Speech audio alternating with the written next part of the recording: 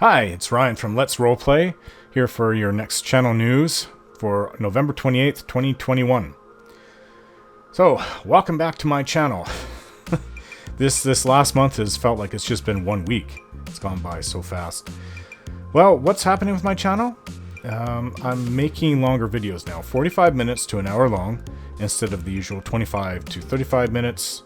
And this will help me a lot, because before I would make 4 videos a day and then put out 2. Now I can make 3 videos a day and put out 1, so it gives me an extra day for the work that I put out. It leaves me time to do things that I want to do on my channel, such as do live videos, and I feel I'm not missing anything. Like about the same amount of time is going by per day, so you're getting that, but it's 1 video, right, instead of the 2 different videos, and so it'll just be 1 video per day, but you're still getting the equivalent of 2 in 1. So, yeah. And I guess I get to do less writing for it. Not that the writing was that big of a deal. The biggest thing is giving me that extra day. That's very helpful for me. And that's what I'm really looking forward to. Though my sleep has been pretty bad in the last few months. I don't know. I just found it very difficult to get proper sleep. Once in a while I do get good sleep. But I've been doing in the last couple weeks some also detoxification of my body. Getting rid of a lot of crap that's in it. And there's this, it's called Nubu. It's a patch you put on your feet at night. I've been doing that, and you pull it off, and there's just black guck. That's all the toxins that come out of your body. Apparently you have a lot of sensory stuff on your feet, and it's a way for it to all come out easily. And you just do it while you sleep. So, and it's not really that inconvenient. You wake up, pull the thing off, wipe your feet, and you're good. And every day, without let up, there was black guck coming off. So I've ordered more in the future, and I actually have felt better from doing it. I haven't gotten much better sleep, but overall I have felt better. I'm doing other things as well, trying to balance testosterone with my body to where it should be, and things like that. It's just trying to get energy levels back to where they should be.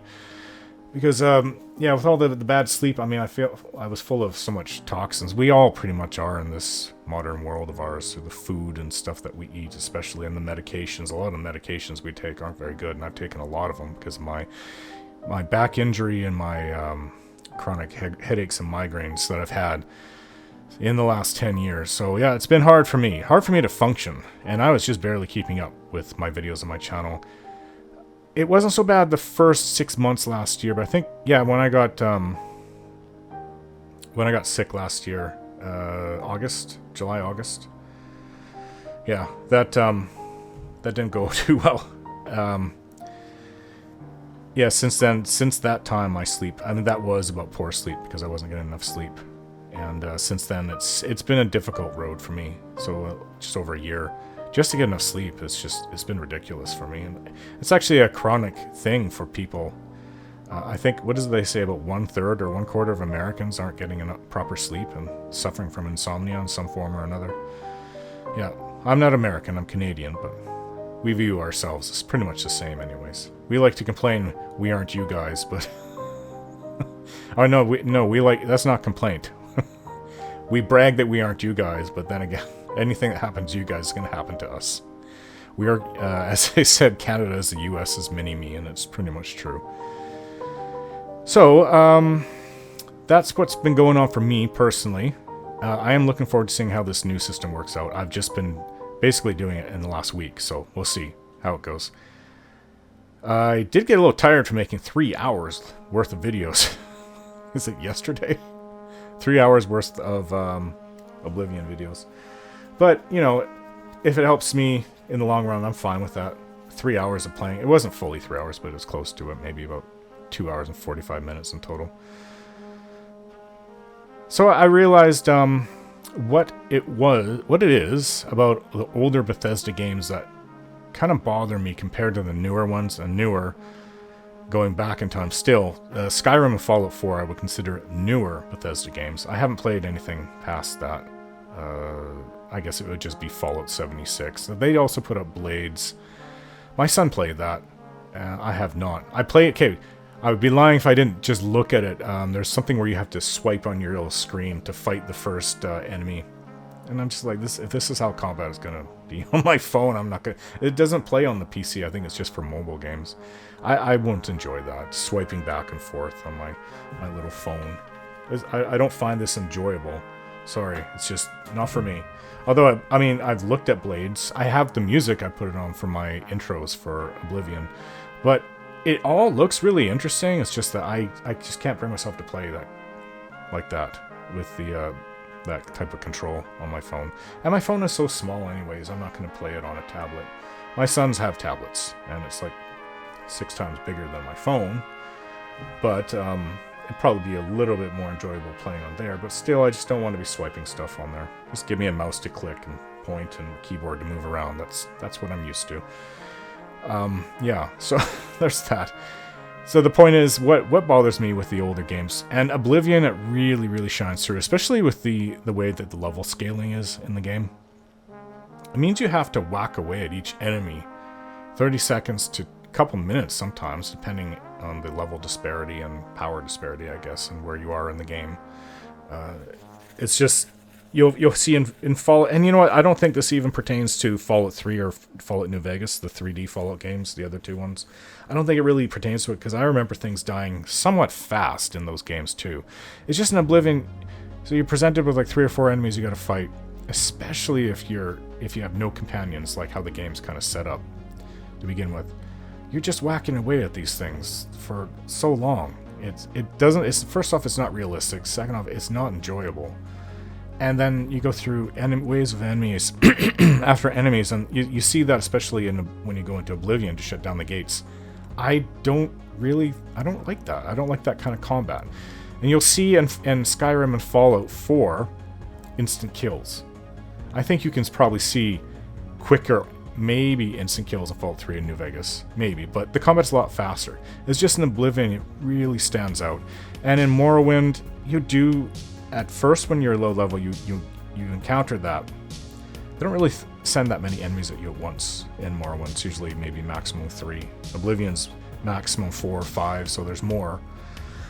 But the way Morrowind was set up, you become so powerful that the enemies you fight, I think after level 20, you feel it. You just kind of walk all over them really quickly and kill them really fast. Oblivion not so much, especially with the level scaling. And I don't have level scaling in my game. It's a different... It level scales to a certain point, then it stops. So, but they're still high levels. You still have to deal with them, which means there's a lot of whacking away. So I missed the Skyrim sneaking up behind them and just using... That was the first playthrough I did in Skyrim. I didn't finish the end. I've never finished Skyrim, but I got pretty far. I got as level 50 plus. And I had so much enjoyment using my swords to instant kill the enemies. I don't think it should happen to like bosses, but to their minions, yeah, when you're stealthing around. And then you can use your bow to hit them a couple times, and they die.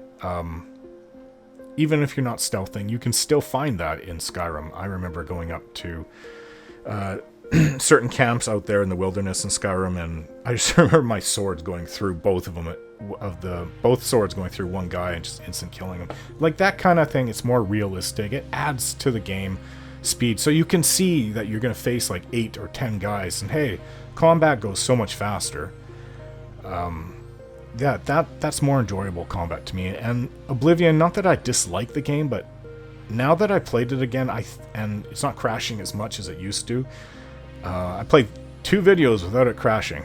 It's almost 2 hours worth yesterday. And the third video, it did crash several times, and I find that wasn't a normal kind of crash. It was like I entered an area which is like a crash zone, so it crashed like about 4 or 5 times till I got through it, and I had to keep on saving it, reloading and saving as I went just to get through it, because when you save for some reason, it stops crashing for like the next 10 seconds. So, but I did save once, and then I reloaded the game. It saved and it crashed. I reloaded the game. It said the crash was that save was no longer. It was corrupt. It said it was corrupt, so I had to use one of the autosaves, which took me back a minute, but it wasn't that big of a deal. But yeah, so other than that, for Oblivion, the crashes, say if they're just like how I'm dealing with them, they're nowhere near as bad as they were when I first started playing Oblivion 15 years ago. They're better. The crashes are better. But this is the biggest problem that I noticed with Oblivion. It's just tedious, right? I don't like the idea. 2 guys, 1 or 2 guys, that's fine. Especially with my companions all hitting them. But when I come across 4 or 5, I'm like, oh, whatever. And I don't think it translates into a very enjoyable thing to view. Like, they're just the minions. These aren't even the... If it was a boss fight, then that'd be fine. You make it tougher. Make them hit harder. But the minions, no. That, if you ask me, is the biggest weakness of Oblivion. It's a beautiful world. I'm looking at the swamps that I just went through when I was hunting Nirnroot. I don't know if the video is out. I think the first half of it is out as I make this video, but it's beautiful. Like, for a 2006 game, that's pretty good looking. I know the faces are kind of wonky, and I fixed that in one of the mods. For the most part, they don't look anywhere near as bad as they used to. A lot of them look pretty good, actually. But yeah, this taking forever to kill people is irritating. I don't really enjoy it. Especially when you can compare it to games where people just die instantly. It's not that I want them all to die instantly. What I want is if I come up across 5 enemies, right? Killing one instantly is fine. Shooting down, or I guess if it's Oblivion, say, whacking away on another one is fine. Then I get another one. I take him out really fast. And I have another fight with another one. It's your normal whacking away at them. Then the 5th one, he just dies really quickly. Things like that, it adds variation, and it just doesn't feel so tedious, like it's work.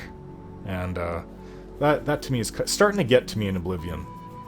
Not that I'm disliking the game. I really like the lore, I like the land and everything, and I like my character. So it was not going to change anything. I'm just putting my opinion out there. That I think that, honestly, that is Oblivion's biggest issue that I'm facing. For me, in Skyrim and Fallout 4, and the other 2 3D Fallouts, I don't think it's anywhere. It's not an issue at all. In fact, I remember in New Vegas, it's almost like they went out of their way. Like, the death claws are so deadly if you're just starting out. 1 or 2 hits. And I don't just mean level 1, I mean maybe level 15, 20. They'll kill you really fast. It's not, it's not like how it was in previous Fallouts. Like, I guess Fallout 3 would be the previous one. Yeah, in New Vegas, they made Deathclaws something to be afraid of. So I remember planning out that attack, having grenades I would lob first, and then I'd be in stealth mode, and then I would use my sniper rifle to try to kill as fast as I can. And yeah, you have your companion who can kind of soak up things, but whatever you aim for is going to come after you if you're damaging it. And yeah, they would kill me in 1 or 2 hits. Those Deathclaws. It was like, whoa, holy crap. That was crazy. It's fun, though. I enjoy that kind of thing. It puts a lot of tension into the game, but yeah, Oblivion doesn't have any of that. It's just, yeah, I've talked about that enough.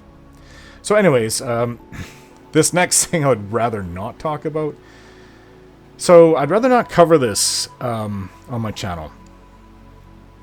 But apparently you cannot wake up in the morning without being hit by something political these days. So I've been complaining about big tech censorship since 2015. It was in a few of my Project 1999 EverQuest videos back then. I don't mind talking about things in private, but I wanted to keep my channel neutral just so I don't alienate part of my viewership. Now, when censorship hits the top commenters on my channel, and I never even saw what they wrote, I wasn't even notified by YouTube that they were even making comments. That got them in trouble with the comment algorithm. I feel I need to speak out. I really don't appreciate what YouTube is doing. If I don't get to engage with talking about things on my channel with my people who view my content, I don't really feel like making videos, honestly. So you guys are kind of keeping me going here by talking to me about my stuff. Yeah, so I know that they were, I mean, there's plenty of channels on YouTube that speak out against the woke movement out there. If you don't agree with what I say, thumb the video down. Just remember, all activity on my channel, comments or thumbing down, it adds to the algorithm, which actually helps me for my channel. And if you've gotten to this point, I don't even know why you would not on this video, why you would walk away now. But maybe you will. Maybe this will turn you off. I'm in more of a unique situation due to my wife being black, though she is from Jamaica, where they embrace everybody and they don't care about racial differences. When we got together about 16 years ago, I looked up black perspectives, which typically means from the US. And it was about perspectives on black-white couples, especially with the men being white. And I was disgusted. There was a lot of hatred and anger. and I will never forget that stuff. Things that I've never encountered for, like, I mean, I'll never forget this one comment someone said that if it's a white man, black woman, it would have to be a slave master relationship, otherwise that's the only way it could be. Oh my god, that's probably the worst of them. So I went looking at the other side, which I guess would be white racists, and I got really disgusted with all the hatred, and I can't deal with that kind of thing. It's not that either side is completely wrong. They're not right either. I mean, when it comes to hatred, I can't go there. I don't want to live in that kind of a world. It was really, really making me just angry, all that stuff back then.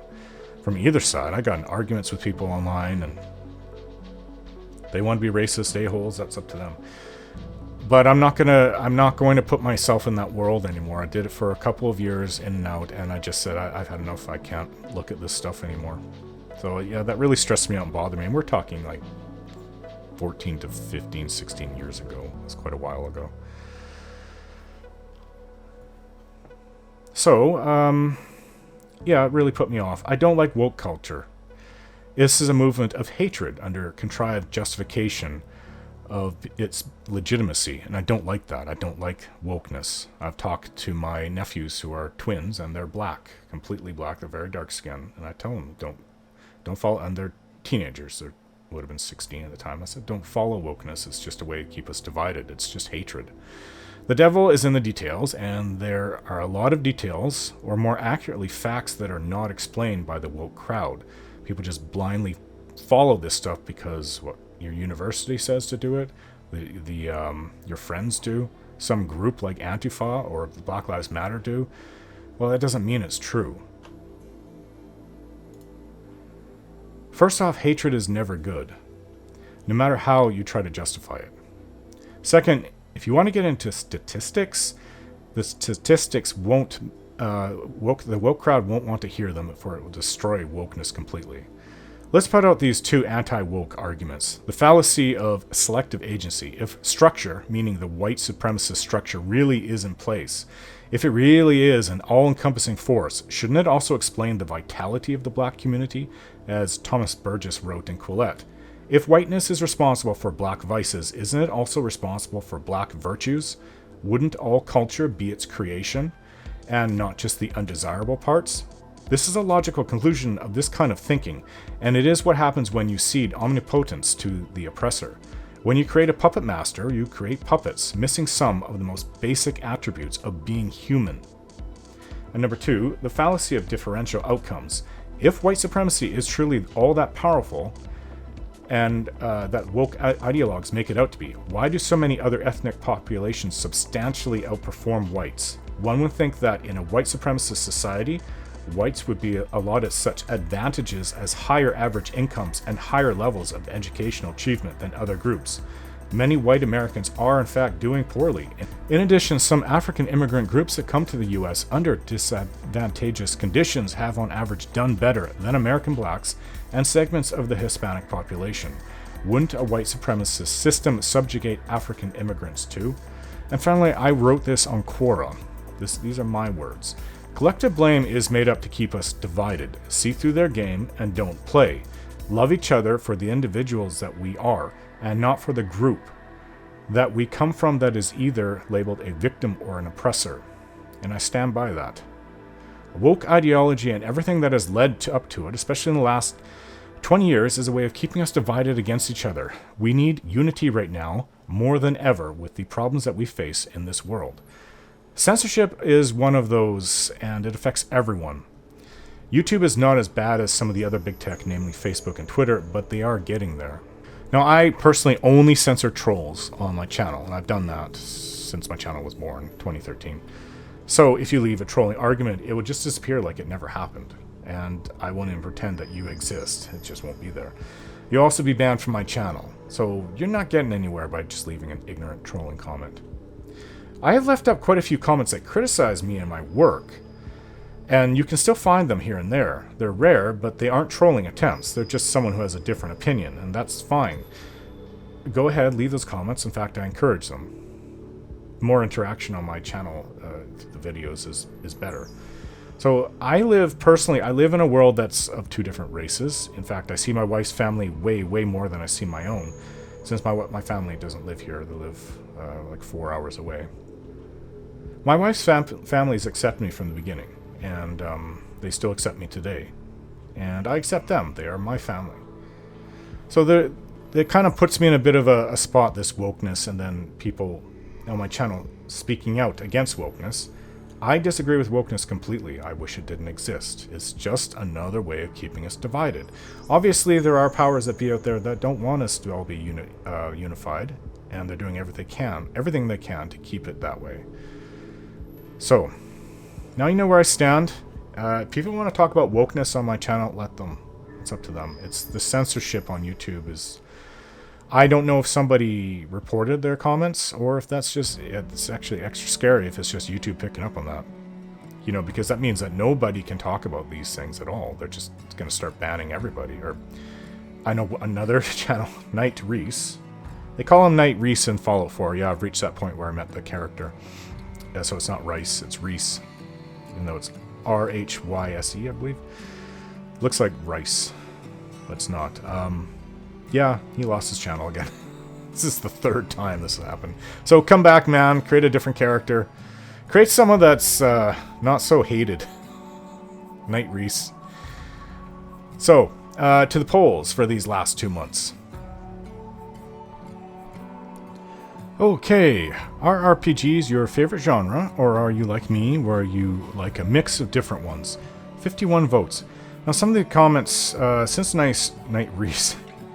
formerly Jervar Stablehand was taken off, so some of these he posts quite a lot. Ugh, now we're at the beginning. Since he used to post so much, a lot of his stuff is now gone, and that might affect that. In fact, I know it will affect some of the answers made here. Jeez, there's so much. So if you are a member, this is what you'll see. See it early on my channel. So you'll see the video. You can just go click on it and watch it early before it's been out.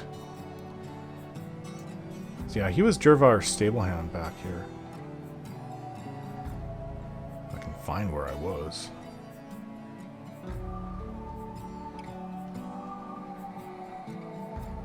Okay, so here we are. So 67%. Definitely RPGs are my number one. I like, second one is I like a mix of RPGs and other genres, 31%. Then strategy first, then RPGs, 0. Action games first, shooters, Tomb Raider type, then RPGs, 0. Simulators first, like War Thunder, then RPGs, 2%. So, I mean, I am personally of this. I like a mix of RPGs and other games, strategy and some action games as well. Definitely RPGs are my number one, won this poll. And we're going up,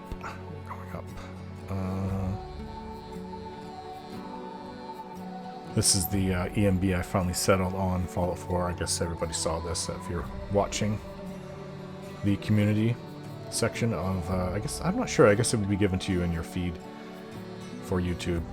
So the next poll is, if by the time I'm done with my Skyrim story, yes, we're looking at 2023 for that. I'd say probably 2024. Skyrim, so the Elder Scrolls 6, I think 2024 at the earliest, but I believe it'll be 2025.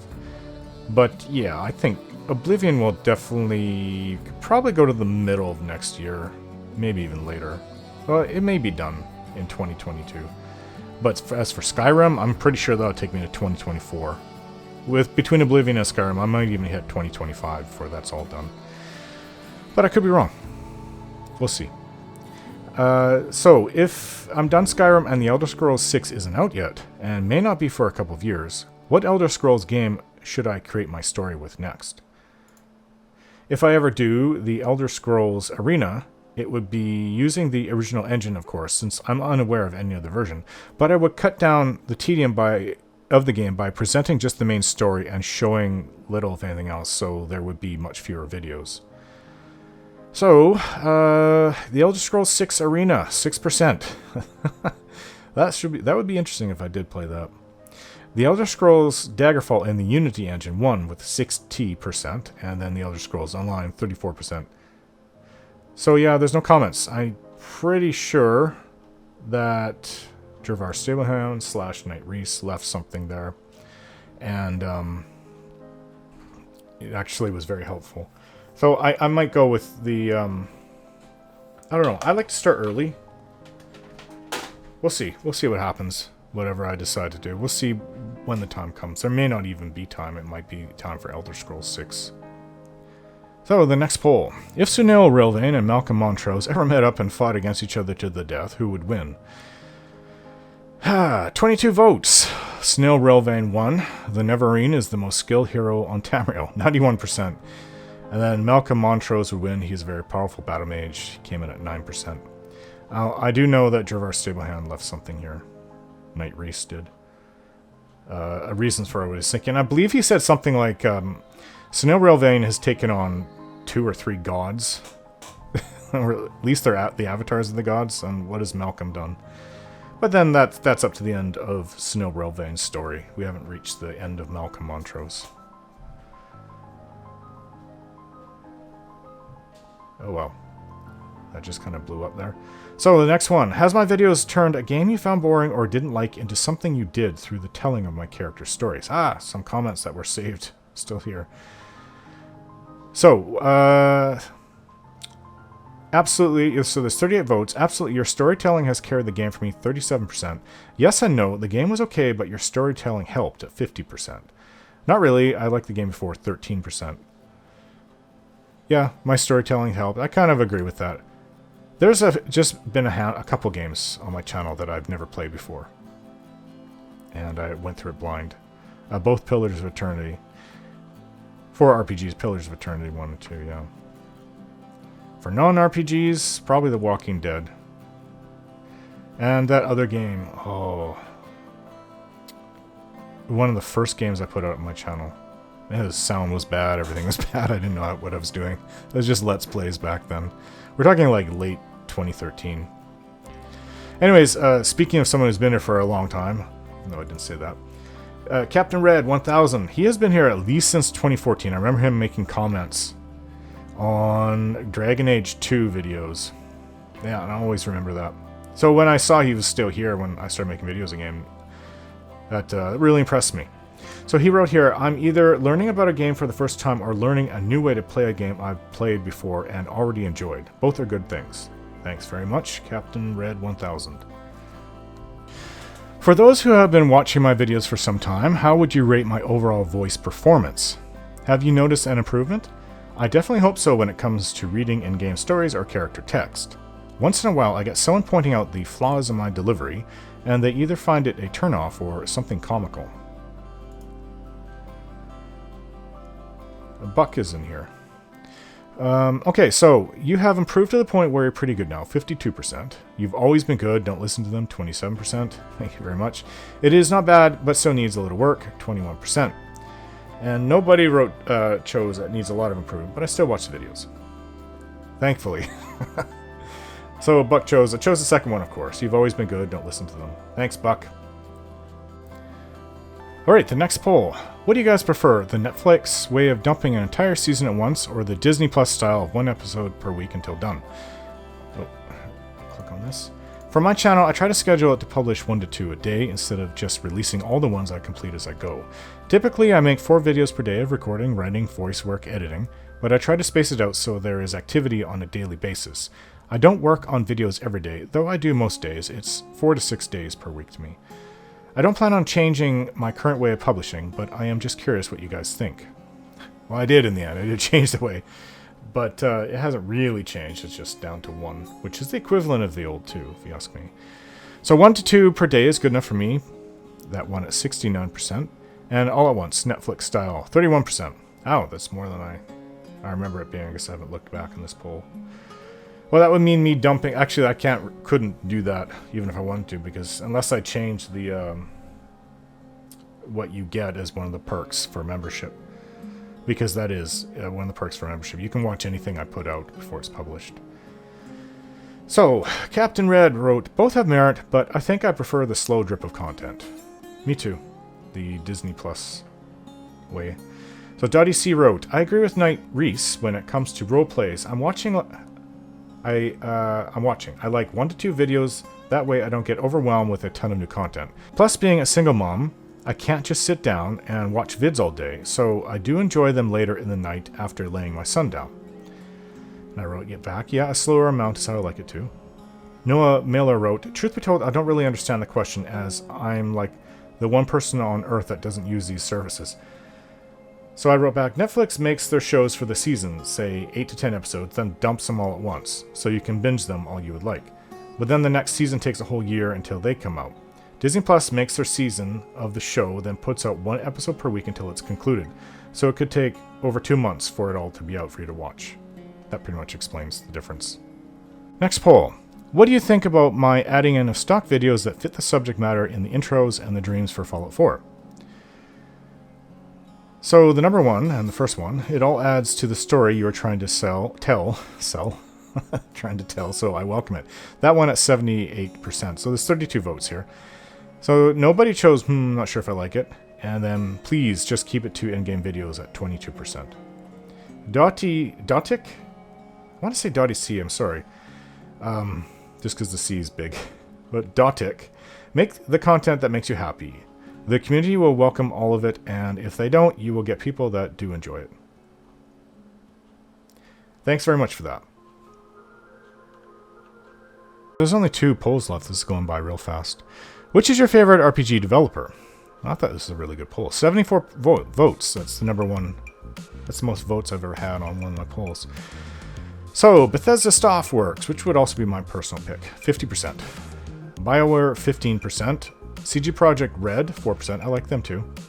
Obsidian Entertainment, 23%. And Larian Studios, 8%. I've never played any one of their games. Though I have one now with... I was going to say Fallout 3. No. Baldur's Gate 3. Yeah. That game looks really good. I'm not saying it isn't. It is really good. I've never played it. But just looking at all the pictures, and I think I've looked at the videos on Steam for it, and it looks pretty good. I have to commend them on how well they made their characters look. At this point, that's all I have to go on. It's not finished yet, so I don't know. We'll have to see when I can start playing that. But, yeah, Neverwinter Nights 1 and 2 I plan to put out first, and I'm pretty sure the game will be finished by the time I get to it. Maybe even for a while, a year for Baldur's Gate 3, but I will get to it. Alright, Wishful Stinker wrote, should be the question. Most are failing hard nowadays. And I wrote back, yeah, it's been pretty bad these last years. Captain Red 1000, remember when Obsidian made the best Fallout game, then Bethesda did them dirty? Did them dirty. I kind of know what you mean there, but I never heard anybody write that. Must be an Australian thing. Which one do you think was the best Obsidian Fallout before Bethesda took it over, Fallout or Fallout 2? And he said, I don't know anything about the first 2 games. What? You don't know Fallout 1 and 2? I'm only familiar with Fallout New Vegas, the game in question. So, you don't even know Fallout 3? Ah, Captain Red 1000. Well, you will be schooled in this because those games are all going to come out on my channel. And you'll be able to judge for yourself. So I just wrote back, I see. And person, I've said this many times, Fallout 4 is my definitely favorite Fallout. There is a video I'm putting out this month. It's coming around the 20th. So not this month because it's still in November, but the 20th of December, around that time, just a few days before Christmas. It's a criticism, pretty harsh criticism of Fallout 4, which was done about 6 years ago, shortly after it came out. And I just put it out there for you guys to watch and make up your mind, and I would very much encourage you to leave comments, just your opinion on it. I don't agree with everything in the video, but I can see why they did say it. There are some valid opinions there, but it doesn't make Fallout 4 seem any less in my eyes. I love Fallout 4 a lot. It's my second favorite game, Skyrim being the number 1. Be nice one day to have both of them on my channel at once. Okay, Buck wrote, I didn't see a selection to choose none, so I went with Bethesda. BioWare of old was awesome, totally agree. Obsidian made a couple of good games too, I agree with that. But I guess Bethesda is the one that has made the game library that I play the most, so I'll choose them. And I wrote, if I had a 6th choice in the choice, I can't read, I would have used that one, but these are the 5 largest RPG developers that I am aware of. And I didn't want to miss one of them, otherwise someone would complain, why didn't you include this company? And there's a lot of smaller ones out there these days too. Like the company is Owl Games or something like that. Owl's in the name that made Pathfinder Kingdom. They made and then it just made the sequel to that game too, Pathfinder 2 Kingdom. I have bought that, by the way, Buck. I'm not sure if I should roll that out in the live game or see if it's not possible to make that into an RPG on my channel. But see, my loadout for the next few years is pretty thick of games that I plan. I don't see there's no room for anything else. It might just have to be a live video or nothing. Well, the question is, Buck, and answer this. If I were to play it, would you want me to play it live blind, so I have never even opened up the product, so to speak, before and just go through it? Or, because that might have me stumbling through it a bit if I've never played it before. Or would you prefer I play it first and then put it up, so I have some experience in playing it? Last poll. What is your favorite part about Fallout 4? For 48 votes, exploring, scavenging, and finding new things won at 60%. Then the story lore at 15%. The leveling up perk system at 4%. Combat 10%. And crafting items and building the settlements at 10%. Yeah, I kind of agree. Yeah, I guess exploring, scavenging, it's really at the heart of these kind of Fallout games, especially when it went 3D. Not so much with the 2D game. I can't imagine the 2D games, I should say, Fallout 1 and Fallout 2. I can't imagine exploring and scavenging and finding things being anywhere near as exciting. It'd be more... Well, there was no crafting in there. It'd be, I guess, the story. I would probably choose the story lore if it was Fallout 1 or 2. And then maybe the leveling up perk system. I don't know. It's going to be interesting playing a 2D turn-based game. Because my Baldur's Gate games it's isometric. It's CPRG. Same with the Pillars games, but they're real-time with pause, so I'm not sure how... I don't know. We'll just get through it. They're shorter games, I'll give them that. Right, Buck wrote, I chose exploring, scavenging, and finding new things. That's because the Commonwealth is so dense with things to find. That's not to say I don't appreciate the storyline and side quests. I do. I also like the modular nature of the crafting. Also, VATS is fantastic combat mechanism. And the perk points, there's so many to choose from. But yeah, exploring, scavenging, and finding new things is my #1 thing about Fallout. Yeah, it's hard to choose something, but if that was just going to be one, it would be exploring, scavenging, and finding new things for me, too. So I wrote, oh, he wrote more. Are you going to tell us what your favorite is and why? I just did. Or do you want me to save it for your next Q&A? Well, that's a little late. Sorry to ruin that, Buck. If I had... I know you wrote that and I had just forgotten about it. So if I had read that before I explained everything here. Yeah. But anyways, so I wrote, you can save it for next month if you want. I still have questions coming about Fallout 4 that will go on for a while. All of December and even into a little bit of January. I have a community post coming in December with a link to a video that criticizes the game, not in a harsh way, but shows the game's shortcomings, at least from the person's opinion. I don't share that opinion necessarily, but it is a common view about Fallout 4 that many have. It's from back around when the game came out, maybe a few months afterwards. It has nothing to do with today's politics, but is merely a criticism of the game. I thought it might stir some discussion. And also, now as to the censorship, I was trying to figure out what's going on here, but he's also being censored. Some of his comments aren't making it through or lasting. I'm not sure what's going on with that. So, that would seem to be it for all the comments. Sorry, I meant for the polls. So, we've come to the end of the video. I have links on my channel banner to Steam if you would like to friend or follow me there. There's also a link to my Parler account there. If you would like to help out and support Let's Roleplay, you can donate to my Patreon account or become a member of my channel, which also comes with perks. Just click on the join video to see what memberships offer. Alright, thanks for watching everyone. We'll see you again.